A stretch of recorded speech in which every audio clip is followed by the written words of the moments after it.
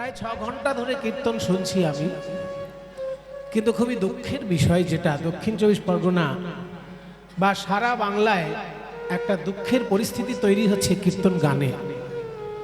6 ঘন্টার মধ্যে অন্তত পক্ষে 6টি বৈষ্ণব পদাবলী শোনা উচিত ছিল, কিন্তু দুঃখের বিষয় 6 ঘন্টা কীর্তন গান শুনলাম, একটাও বৈষ্ণব পদাবলী আমার কানে আসেনি। এটা কীর্তন জগতের একটা দুর্ভাগ্য। সেই জন্য যারা যারা কীর্তন পরিবেশন করছেন, সে আমার থেকে ছোট হোক, আমার সমবয়স্ক হোক, আমার থেকে বয়সে বড় হোক, সকল কীর্তনিয়ার চরণে পায়ে হাত দিয়ে আমি করজোড়ে প্রার্থনা করছি যে 3 ঘন্টা যদি কোথাও কীর্তন গান করেন, আপনি মিনিমাম 3টে বৈষ্ণব পদাবলী গাইবেন। তা নাহলে আপনি কিন্তু লোক ঠকিয়ে পয়সা নিয়ে যাচ্ছেন। আপনি যদি 30,000 টাকাও নেন, ঠকাচ্ছেন। আপনি যদি কমিটির থেকে 3,000 টাকা নিয়েও গান করেন, সেটাও ঠকাচ্ছেন। কারণ কীর্তনের মূল বিষয় হচ্ছে বৈষ্ণব পদাবলী। যেমন খেয়াল গানের মূল বিষয় হচ্ছে তার একটা বন্দিশ, রবীন্দ্রসঙ্গীতের মূল বিষয় হচ্ছে রবীন্দ্রনাথের লেখা গান, বাউল গানের মূল বিষয় হচ্ছে বাউলের যে গানগুলো। এবার কোনো বাউল গায়ক গান গাইতে উঠে একটাও বাউলের গানের লাইন গাইল না, শুধু বকবক করে গেল 3-4 ঘন্টা। সে যেমন টাইম কাটিয়ে হয়তো কমিটি থেকে পয়সা নিয়ে চলে যাবে, কিন্তু লোক ঠকানো হলো। ঠিক তেমনি 3 ঘন্টা ধরে কীর্তন গানের নামে কীর্তনের আসরে যারা সময় কাটাচ্ছেন, মিনিমাম 3টে বৈষ্ণব পদাবলী আপনি যদি গান না করেন, আপনি নিজেই ঠকে যাচ্ছেন। লোক ঠকাচ্ছেন তো পরের কথা, লোক ঠকাচ্ছেন আপনার পরের কথা, আপনার প্রথম কথা আপনি নিজে ঠকছেন। কারণ যে বৈষ্ণব মহাজনগণ পদাবলী রচনা করেছেন, তাদের কৃপা থেকে আপনি বঞ্চিত হলেন। এর থেকে বড় ঠকার কি আছে? শ্রোতা ঠকবে, এটা তো 2 নম্বর কথা। 1 নম্বর কথা, গায়ক নিজেই ঠকছে।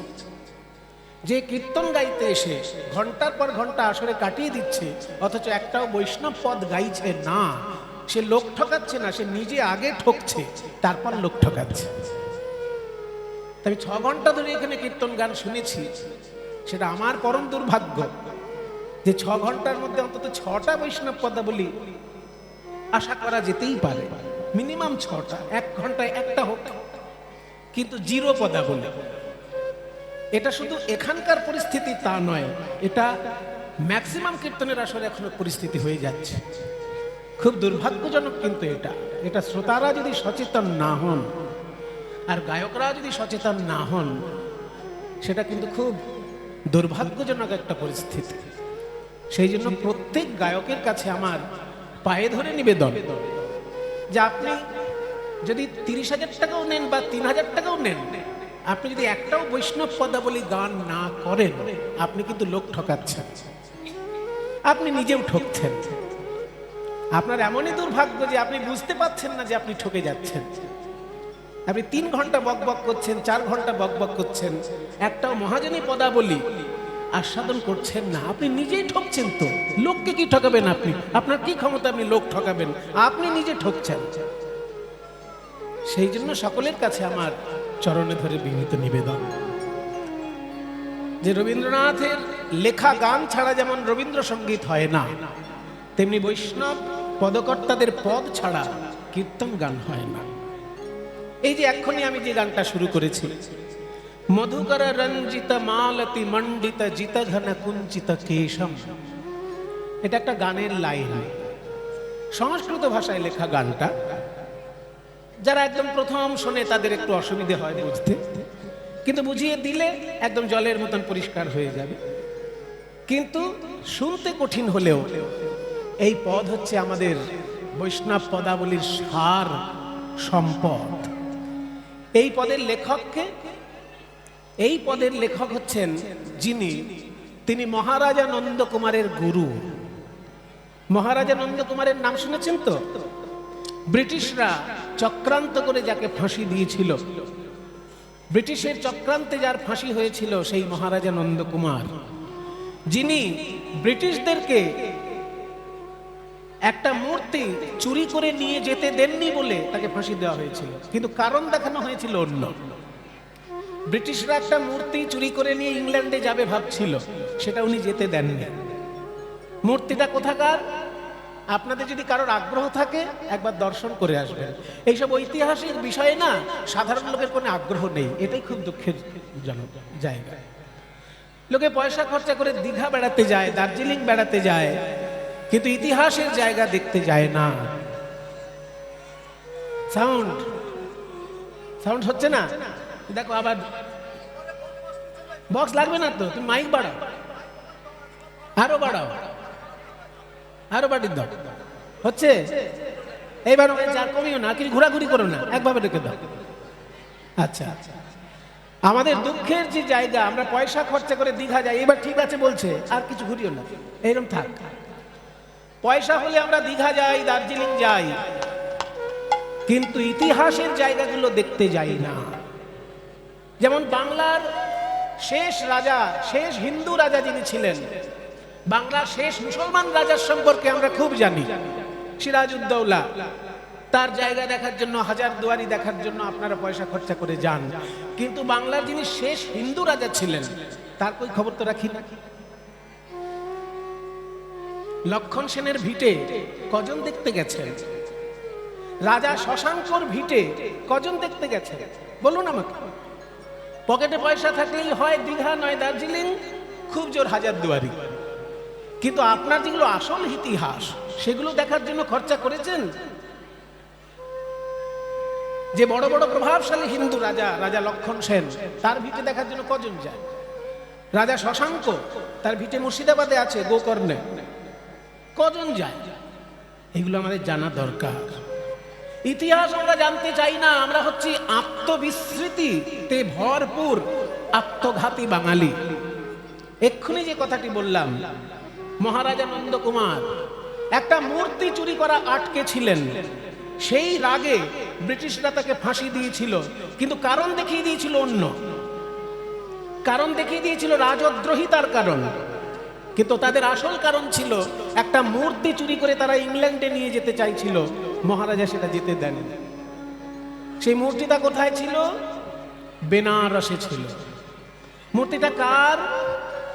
মূর্তিটা হচ্ছে একটি কালী মূর্তি, এবং এই কালী মূর্তির পূজারী কে ছিলেন? স্বয়ং কংসের শ্বশুর মশাই। কংসের শ্বশুর মশাইয়ের নাম শুনেছেন তো? কংসের শ্বশুরের নাম কি? বলে বাবা, কোথা থেকে কোথায় ইতিহাস চলে যাচ্ছে। কংসের বাপের নাম মনে রাখাই কঠিন, আবার তার শ্বশুর।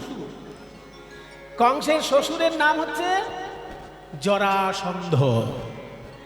জরাসন্ধের দুটি মেয়ে ছিল, হস্তি এবং প্রাপ্তি।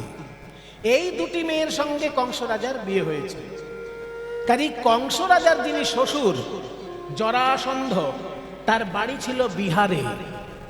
লোকে যেখানে বেড়াতে যায়, জায়গাটির নাম হচ্ছে রাজগীর। বেড়াতে গেছেন তো রাজগীর? রাজগীর নামটা কেন? রাজগৃহ থেকে রাজগীর। কোন রাজার গৃহ? জরাসন্ধ রাজার গৃহ। সেই জরাসন্ধ রাজার সেবিত যে কালী মূর্তি, সেই এলাকাটা যখন ব্রিটিশরা দখল করেছিল, ওই কালী মূর্তিটা ব্রিটিশ মিউজিয়ামে রাখলে পরে সারা পৃথিবীর লোক দেখতে আসবে, আর তাদের কাছ থেকে টিকিট কেটে পয়সা নেওয়া যাবে। এই তো তাদের ধান্দা, সবসময় ভারতকে নিয়ে তারা ব্যবসা করেছে। এখানকার মূর্তি চুরি করে নিয়ে গিয়ে ইংল্যান্ডে রাখবে, আর সারা পৃথিবীর লোক সেই মূর্তি দেখার জন্য ইংল্যান্ডে যাবে, পয়সায় টিকিট কেটে তারা মিউজিয়ামে মূর্তি দেখবে। এই ধান্দার জন্য তারা মূর্তিটা, সেই জরাসন্ধের সেবিত কালী মূর্তি চুরি করে রেখে দিয়েছিল বেনারসে। রাজগীর থেকে মূর্তি চুরি করে বেনারসে লুকিয়ে রেখেছিল ইংরেজরা, ইংল্যান্ডে নিয়ে যাবে। এই খবর জানতে পেরে রাজা, মহারাজা নন্দকুমার সঙ্গে সঙ্গে লোকজন পাঠিয়ে ওই ইংরেজদের কাছ থেকে ওই মূর্তিটা হাত ছিনিয়ে নেয়। ছিনিয়ে নিয়ে বেনারস থেকে গঙ্গায় করে সেই মূর্তি নিয়ে আসে মুর্শিদাবাদে। এখনো সেই মূর্তি ওই মুর্শিদাবাদেই আছে। তার নাম হচ্ছে আকেলাপুর। সেইখানে জরাসন্ধের সেবিত মায়ের মূর্তি এখনো বিরাজ করছে। আকালপুর, সেখানে মা কালী এখনো বিরাজ করছেন। অদ্ভুত মূর্তি। ওই রকম মূর্তি আমি জীবনে কোথাও দেখিনি। আমার তো এগুলো আগ্রহের জায়গা, এগুলো আমার ভালোবাসার জায়গা। লোককে শুধু বকবক করে টাইম কাটাবো তা নয়, নিজে দেখে এসে তারপর বলবো। এটা ছিল আমার জীবনের একটা সংকল্প। বকবক করে টাইম কাটানো নয়, নিজে দেখে এসে জেনে এসে অভিজ্ঞতার কথা বলো। সেটার লোকে মূল্য দেবে, লোকেরও উপকার হবে, যারা শুনবে তারাও একবার পারলে দেখে আসবে। সেই আকালপুরে যে মায়ের মূর্তিটি আছে, সেই মূর্তিটির রূপ কেমন জানেন? বসে থাকা কালী মূর্তি। সব জায়গায় কালী মূর্তি দেখবেন শিবের বুকের উপর দাঁড়িয়ে আছে, তাই না? শিবের বুকের উপর মা দাঁড়িয়ে আছেন, চারটে হাত। চারটে হাতে কি কি আছে? সদ্যশ্চিন্ন শিরো খড়গ বামাধর্ত করাম্বুজাম ভয়ং বরদং চৈব দক্ষিণোদ্ধ্বাদ পাণিগাম। বাংলায় বললে কি দাঁড়ায়? সদ্যশ্চিন্ন। সদ্য মানে এক্ষণি, বলে না সদ্যজাত শিশু, মানে এক্ষণি জন্মেছে এমন শিশু, তাকে বলে সদ্যজাত শিশু। তেমনি সদ্যচ্ছিন্ন মানে এক্ষণি কাটা হয়েছে এমন মুন্ডু, এক্ষণি কাটা হয়েছে এমন একটা মুন্ডু মায়ের বাঁ হাতের নিচের দিকে ঝুলবে। সেই জন্য বলছে সদ্যচ্ছিন্ন শির এবং খড়গ। বাঁ দিকের নিচের হাতে থাকবে মুন্ড, উপরের হাতে থাকবে খড়গ। মা কালী সদ্যচ্ছিন্ন শির খড়গ, বামাধোর্ধ করাম্বুজাম। বাম অধ ঊর্ধ্ব, একদম ভেঙে ভেঙে বুঝে নেবেন। বাম অধ ঊর্ধ্ব মানে বাঁদিকের দিকে নিচে এবং উপরে একটা কাটা মুন্ড এবং খড়গ। আর ডান দিকে কি থাকবে? অভয়াং বরদাং চৈব দক্ষিণোদ্ধ্বাদ পাণিকাম। ডান দিকের যে দুটো হাত মায়ের, তার মধ্যে উপরের হাতে থাকবে অভয় মুদ্রা, নিচের হাতে থাকবে বর মুদ্রা। অভয় মুদ্রা কেমন না? 5টা আঙুলকে সোজা করে রাখা, এই যে অভয় মুদ্রা। তোমাদের কোনো ভয় নেই, আমি আছি, মা বলছেন। সেই জন্য ডান দিকের উপরের হাতটা অভয় মুদ্রা। বোকা লোকেরা ভাবে এক থাপ্পড় দেব, তা কিন্তু না। থাপ্পড় দেওয়ার জন্য মায়ের ডান দিকের হাত নয়, থাপ্পড়ের জন্য মা হাতের খাড়া আছে। বেশি দুষ্টুমি করলে থাপ্পড় দেবে না, খাড়া দিয়ে একদম কেটে দেবে। দুষ্টুমি করো না মায়ের কাছে, বেশি দুষ্টুমি করলে ওই খাড়া দিয়ে মুন্ডু কেটে দেবে মা, থাপ্পড় টাপ্পড় মারবে না। এই ডান দিকে যে হাতটা রয়েছে ওটা অভয়ের জন্য, যে তোদের ভয় নেই, ভালো কাজ করে যা, আমি আছি তোদের জন্য, এই জন্য অভয় দেখাচ্ছে। আর নিচের দিকের যে হাতটা সেটা হচ্ছে বর মুদ্রা। বর মুদ্রা মানে আশীর্বাদ করার জন্য যে ভঙ্গিটা থাকে, আশীর্বাদ করার জন্য এই বুড়ো আঙুলটা অনামিকার গোড়ায় ঠেকাতে হয়। 4টে আঙুলের মধ্যে ছোট আঙুলটার পাশের আঙুলটার নাম অনামিকা। এই অনামিকা আঙুলের গোড়ায় বুড়ো আঙুলটা ঠেকালে যে হাতের ভঙ্গি হয় তাকে বলে বর মুদ্রা, মানে আশীর্বাদ দেওয়ার জন্য যে মুদ্রা। অভয়ং বরদং চৈব দক্ষিণোদ্ধ্বাদ পাণিকাম। মায়ের ধ্যান বর্ণনা করছি, কিন্তু আমরা দেখি শিব ঠাকুরের উপরে মা দাঁড়িয়ে রয়েছেন, সব জায়গায় দেখি।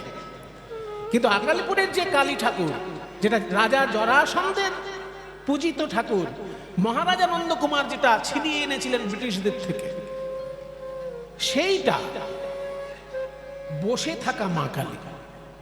এবং আশ্চর্য রূপ সেই মায়ের, এত হাজার হাজার বছর প্রাচীন মূর্তি, কিন্তু দেখলে মনে হবে যেন কালকেই কেউ বানিয়েছে, এত উজ্জ্বলতা শ্রী মূর্তির মধ্যে। যেটা সব থেকে আশ্চর্য লাগলো আমার ওই মাতৃমূর্তি দর্শন দেখে করে, সেটা হলো আমি যতবার কালী পুজো করেছি আপনাদের আশীর্বাদে, কয়েকবার কালী পুজো আমি করেছি। কালী পুজো করতে গেলে মা কালীর যে ধ্যান বলতে হয়, সেই ধ্যানের মধ্যে একটা অদ্ভুত কথা আছে, যে কথার সঙ্গে কোনো কালী মূর্তিতে আমি মিল দেখিনি। সেই কথাটা হলো কর্ণাবতং শতানীত সবযুগ্ন ভয়ানকাম। মা কালীর ধ্যানের মধ্যে আছে, যারা ব্রাহ্মণ ঠাকুর মশাই এখানে কেউ থাকলে তিনি বুঝতে পারবেন আমি কি বলছি। যারা কালী পুজো করেন, কালীর ধ্যান যাদের মুখস্থ আছে, সেই ঠাকুর মশাই যদি কেউ এখানে থাকেন তিনি জানবেন। মায়ের ধ্যানের মধ্যে বলা আছে যে কর্ণাবতং শতানীত সবযুগ্ম ভয়ানকাম, মানে কি মায়ের কানের দুলে পরিণত হয়েছে দুটি ভয়ঙ্কর সব দেহ।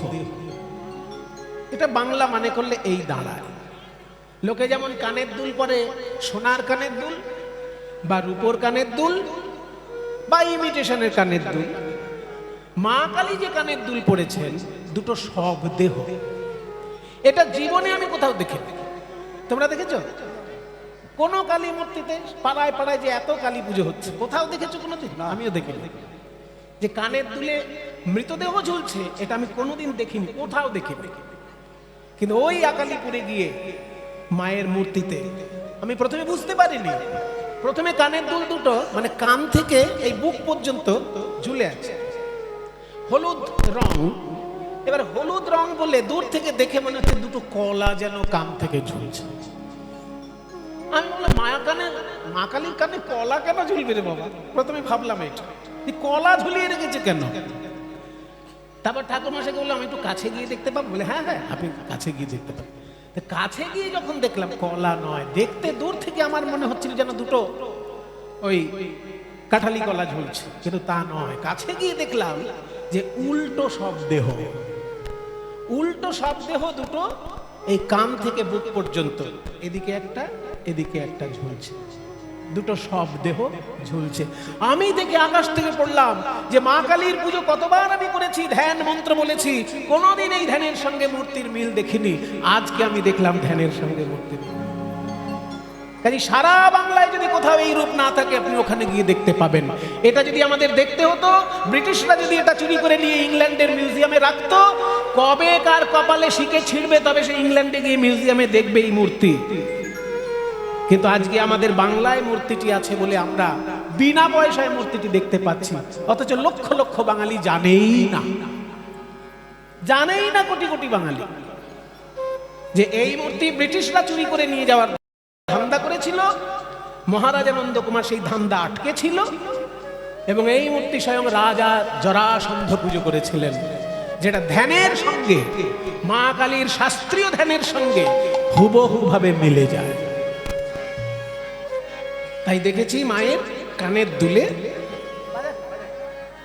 সব দেহ ঝুলছে, মায়ের কানে সব দেহ ঝুলছে। এটা আপনারা ওখানে গেলে দেখতে পাবেন। সেই মহারাজ নন্দকুমারের যিনি বৈষ্ণব গুরু ছিলেন, মহারাজ নন্দকুমারের দুজন গুরু ছিলেন, একজন বৈষ্ণব গুরু ছিলেন আর একজন তান্ত্রিক গুরু ছিলেন। তান্ত্রিক গুরু কে ছিলেন সেটা আমি এখন বলতে পারবো না, কিন্তু বৈষ্ণবাচার্য গুরু যিনি ছিলেন তিনি হচ্ছেন রাধা মোহন ঠাকুর। আর এই রাধা মোহন ঠাকুর হচ্ছেন শ্রীনিবাস আচার্যের বংশধর। শ্রীনিবাস আচার্যের নাম শুনেছেন তো? এসব বেসিক জিনিসগুলো সবার জানা দরকার, তা নাহলে কীর্তন শুনে খালি খালি গল্প শুনে চলে গিয়ে কোনো লাভ নেই। এগুলো বাংলার ইতিহাস। চৈতন্য মহাপ্রভুর নামে একজন পাগল হয়ে গেছিল, শুধু নাম শুনেই পাগল হয়ে গেছিল। তার নাম হচ্ছে চৈতন্য দাস। সেই চৈতন্য দাসের যে পুত্র তার নাম হচ্ছে শ্রীনিবাস আচার্য। সেই শ্রীনিবাস আচার্য মানে মহাপ্রভুর নামে পাগল হয়ে গেছিল বলে মহাপ্রভু তাকে বলেছিলেন, তুমি আমার নামেই পাগল হয়ে গেছো, এত ভালোবাসো আমায় যে আমার সন্ন্যাস নিয়ে নাম হয়েছে শ্রীকৃষ্ণ চৈতন্য। ওই শ্রীকৃষ্ণ চৈতন্য নাম শুনে সে শুধু চৈতন্য চৈতন্য চৈতন্য চৈতন্য সারা দিন রাত চৈতন্য চৈতন্য করতে করতে পাগল হয়ে গেছে। তাই মহাপ্রভু তাকে ভালোবেসে বলেছিলেন, তুমি আমাকে এত ভালোবাসো যে আমার নামে তুমি পাগল হয়ে গেছো, তাই তোমার স্ত্রীর গর্ভে আমি পুত্ররূপী জন্ম নেব। এসব ইতিহাস প্রত্যেকটি কীর্তন অনুরাগী মানুষের এগুলো জানা দরকার। যে মানুষটি মহাপ্রভুর নাম শুনে পাগল হয়ে গেছিলেন সেই লোকটির ছেলে মহাপ্রভু নিজে বলেছেন যে আমি তোমার স্ত্রীর গর্ভে পুত্ররূপে জন্ম নেব। যে ছেলেটি জন্ম নিয়েছিল তার নামই শ্রীনিবাস আচার্য। আর সেই শ্রীনিবাস আচার্যের বংশধর এই রাধামোহন ঠাকুর, যিনি এই সংস্কৃত পদটা লিখেছেন, যে গানটা আমি শুরু করেছি। আপনারা একটুখানি চিত্রটা চিন্তা করুন। একটা জমিদার বাড়িতে গান হচ্ছে, জমিদার বাড়িতে শ্রাদ্ধ বাড়িতে গান হচ্ছে। এই চিত্রটা আপনারা একটুখানি মনে মনে চিন্তা করুন। গান গাইছেন তখনকার যুগের একজন বড় কীর্তনিয়া, বৈষ্ণব পদাবলী গাইছেন সংস্কৃত পদ। সেই সংস্কৃত পদের লেখক হচ্ছেন রাধামোহন ঠাকুর। রাগ দেশ তাল দুঠুকি। রাগ দেশ কেমন? রে রে মা মা পা মা পা মা পা ধা মা গা रे रे नी दा नी पदा म प म पद म ग रे म प नी नी नी नी नी सा रे सा रे नी दा प म ग रे सरे म प नि सा रे रे सा नि दा प म ग रे प म ग रे म ग रे रे गा सा